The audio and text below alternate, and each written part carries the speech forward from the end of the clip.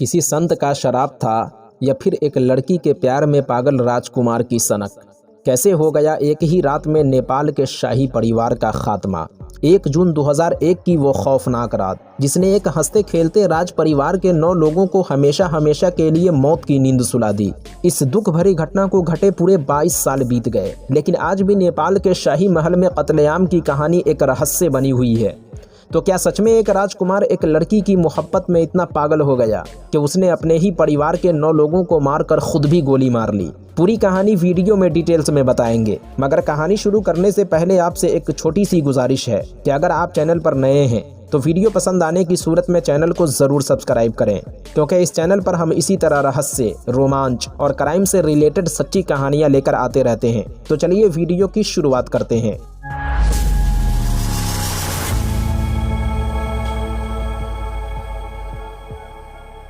इस कहानी की शुरुआत होती है एक राजकुमार और साधु की मुलाकात से।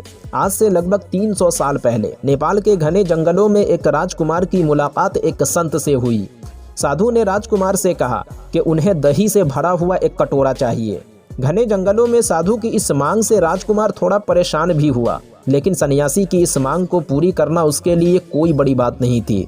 राजकुमार अपने महल में पहुंचकर दही से भरा हुआ एक कटोरा लिया और भागता हुआ जंगल में सन्यासी के पास पहुंच गया। सन्यासी दही का कटोरा लेकर सारा दही गटागट पी गए, लेकिन उसके बाद सन्यासी ने जो किया वो सचमुच अचंभे में डालने वाला था। साधु ने पिया हुआ सारा दही उसी कटोरा में उल्टी करके राजकुमार से कहा कि पुत्र, इसे पी जाओ। साधु की इस असंतुलित व्यवहार से राजकुमार का शाही खून उबल पड़ा। गुस्से में राजकुमार ने दही से भरा हुआ कटोरा जमीन पर पटक दिया और इस तरह सारा दही राजकुमार के पैरों पर जा गिरा। कहते हैं कि राजकुमार से जंगल में मिलने वाले सन्यासी कोई और नहीं बल्कि नेपाल के गोरखा साम्राज्य के संरक्षक साधु गोरखनाथ थे।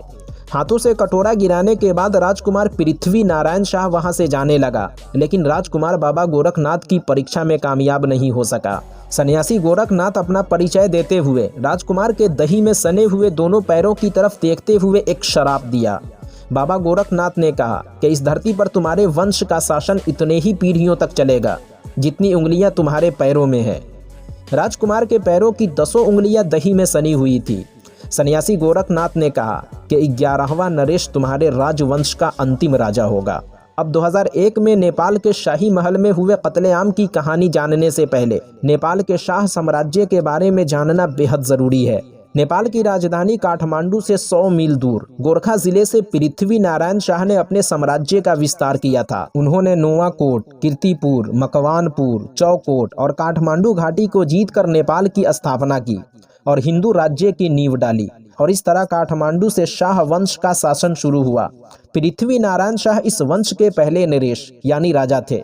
31 जनवरी 1972 में वीरेंद्र वीर विक्रम शाह नेपाल के राजा बने, जो पृथ्वी नारायण शाह से शुरू हुए शाह वंश के 10वीं पीढ़ी के शासक थे। कहते हैं कि 300 साल पहले बाबा गोरखनाथ द्वारा किए गए भविष्यवाणी की शुरुआत 1990 में नेपाल के कोने कोने में माओवादी द्वारा किए गए आंदोलन के जरिए हो चुकी थी। नेपाल के लोग राजशाही को उखाड़ फेंकने का खुलेआम ऐलान कर रहे थे। नेपाल के लोगों के दिलों में कभी राजतंत्र की इतनी गहरी आस्था थी कि ये लोग अपने राजा को भगवान की तरह मानते थे।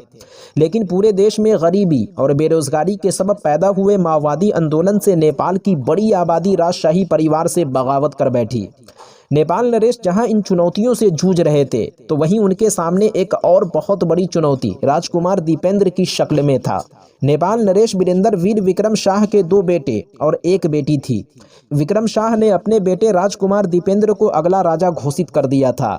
इसी बीच राजकुमार दीपेंद्र को एक देवयानी नामक लड़की से प्यार हो गया। राजकुमार दीपेंद्र देवयानी से शादी करना चाहते थे, लेकिन राजकुमार दीपेंद्र की मां यानी वीर विक्रम शाह की पत्नी महारानी ऐश्वर्या इस रिश्ते से खुश नहीं थी, जिसकी वजह से मां बेटे के दरमियान कई बार अनबन भी हो गया। राजकुमार दीपेंद्र की पत्नी अगली महारानी बनने वाली थी। कहते हैं कि देवयानी नामक लड़की नेपाल के अच्छे खासे परिवार से ताल्लुक रखती थी, लेकिन राजशाही परिवार से ताल्लुक न रखने की वजह से महारानी ऐश्वर्या इस शादी से कतई राजी नहीं थी।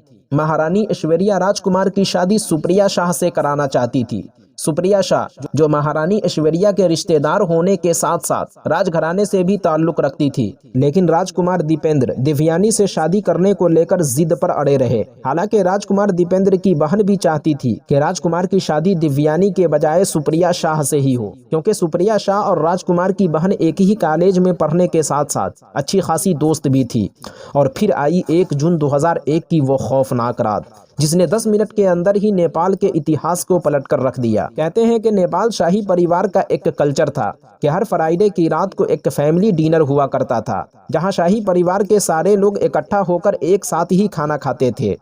इस फैमिली डिनर का सिस्टम ये था कि हर फ्राइडे रात शाही परिवार के अलग अलग मेंबर अपने घर पर इस फैमिली डिनर का इंतजाम करते थे। 1 जून 2001 की रात नारायण हीथी पैलेस में राजकुमार दीपेंद्र ने फैमिली डिनर का इंतजाम किया था, जहां वो रहते थे। राजकुमार दीपेंद्र पहले ही नारायण हीथी पैलेस में पहुंच चुके थे। शाम होते ही राजशाही परिवार के दूसरे मेंबर भी धीरे धीरे नारायण हीथी पैलेस में पहुंचने लगे। कुछ ही देर में महारानी ऐश्वर्या अपनी 3 ननद और अपनी बेटी श्रुति के साथ पैलेस पहुंच गई। राजा विक्रम शाह को एक इंटरव्यू के कारण थोड़ी देर हो गई थी, मगर वो भी पहुंच गए। इस पार्टी में कुल 12 लोग शामिल थे। राजा विक्रम शाह, महारानी ऐश्वर्या, उनकी बेटी श्रुति, 3 ननद, प्रिंसेस शांति, प्रिंसेस शारदा, प्रिंसेस जयंती, शारदा के पति राजकुमार दीपेंद्र और निरंजन, साथ ही राजा के दूसरे भाई ज्ञानेंद्र का बेटा पारस, उसकी पत्नी और बहू, कुल मिलाकर 12 लोग थे। इस फैमिली डिनर में शाही परिवार के हर एक मेंबर का होना जरूरी होता था, लेकिन हैरान करने वाली बात यह है कि ज्ञानेंद्र 1 जून 2001 की रात इस पार्टी में शामिल नहीं थे, क्योंकि वो काठमांडू में नहीं बल्कि पोखरा में थे। कहते हैं कि राजकुमार दीपेंद्र ने उस दिन शाम से ही बहुत ज्यादा शराब पी रखी थी। राजकुमार दीपेंद्र ने आखिरी कॉल अपनी प्रेमिका देवयानी को किया था। राजकुमार दीपेंद्र नशे की हालत में जब पार्टी में पहुंचे, उनके हाथ पांव काम नहीं कर रहे थे। नशे में धुत लड़खड़ाते हुए वहीं जमीन पर गिर पड़े, जिसके बाद उनके भाई निरंजन और चचेरे भाई पारस ने उन्हें उनके कमरे तक पहुंचा दिया। लेकिन लोगों के होशो हवास तो तब उड़े जब रात तकरीबन 9 बजे राजकुमार दीपेंद्र को दोबारा पार्टी में आते देखा।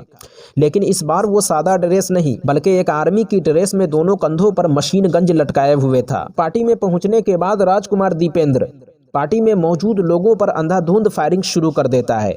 गोली पहले राजा को लगती है, जिसके बाद पार्टी में तब तक गोली चलाता रहता है जब तक कि उसकी मैगजीन खाली नहीं हो जाती। मैगजीन खाली होने के बाद वो दोबारा कमरे में जाता है, फिर दूसरा मशीन गन उठाकर लाता है और पार्टी हॉल में जो जहां दिखता है उसको गोली मार देता है। दूसरी मैगजीन खत्म होने के बाद कमरे से वो तीसरा हथियार उठाकर लाता है, जिसके बाद दीपेंद्र महारानी ऐश्वर्या की तलाश में गार्डन की तरफ बढ़ता है। राजकुमार दीपेंद्र ने अपने पिता के सीने में 3 गोली मारी थी, जिसके बाद नेपाल नरेश खून में लथपथ जमीन पर लेट गए। नेपाल नरेश को इस हालत में देखकर राजा के तीसरे भाई धीरेन्द्र के दामाद डॉक्टर राजीव शाही ने अपना कोट राजा को पहना दिया ताकि उनके खून का बहाव रुक जाए। लेकिन कुछ ही देर में दीपेंद्र एक बार फिर से पार्टी हॉल में आ जाता है। उस समय डॉक्टर राजीव दीपेंद्र को रोकने की कोशिश करते हैं, लेकिन दीपेंद्र उन्हें भी उड़ा देता है। दीपेंद्र के सर पर पूरी तरह से खून सवार हो चुका था। जो भी उनके सामने आ रहा था उसे मार रहा था। दीपेंद्र ने एक बार फिर अपने पिता पर फायर कर दिया और इस बार गोली उनके सिर के आर पार हो गई। दीपेंद्र महारानी ऐश्वर्या की तलाश में एक बार फिर गार्डन की तरफ बढ़ता है और इस बार निशाना उसने अपनी मां के ऊपर लगा दिया। ये देख राजकुमार निरंजन अपनी मां के सामने आ गया, लेकिन दीपेंद्र ने गोली चला दी। बंदूक से निकली हुई गोली राजकुमार निरंजन के सीने को चीरती हुई महारानी ऐश्वर्या की भी जान ले ली। सबको मौत के घाट उतारने के बाद दीपेंद्र ने 2 गोली अपने सीने पर भी मार ली और इस तरह 4 से 5 मिनट में नारायण हीथी पैलेस में मानो कयामत आ गई। रात 9:15 बजे जब इतनी सारी लाशें एक ही अस्पताल में पहुंची तो अस्पताल के स्टाफ भी बेहोश होने लगे कि आखिर ये सब हुआ कैसे। अस्पताल में राजा वीरेंद्र, महारानी ऐश्वर्या, प्रिंस निरंजन और राजकुमार श्रुति को मृत घोषित कर दिया गया।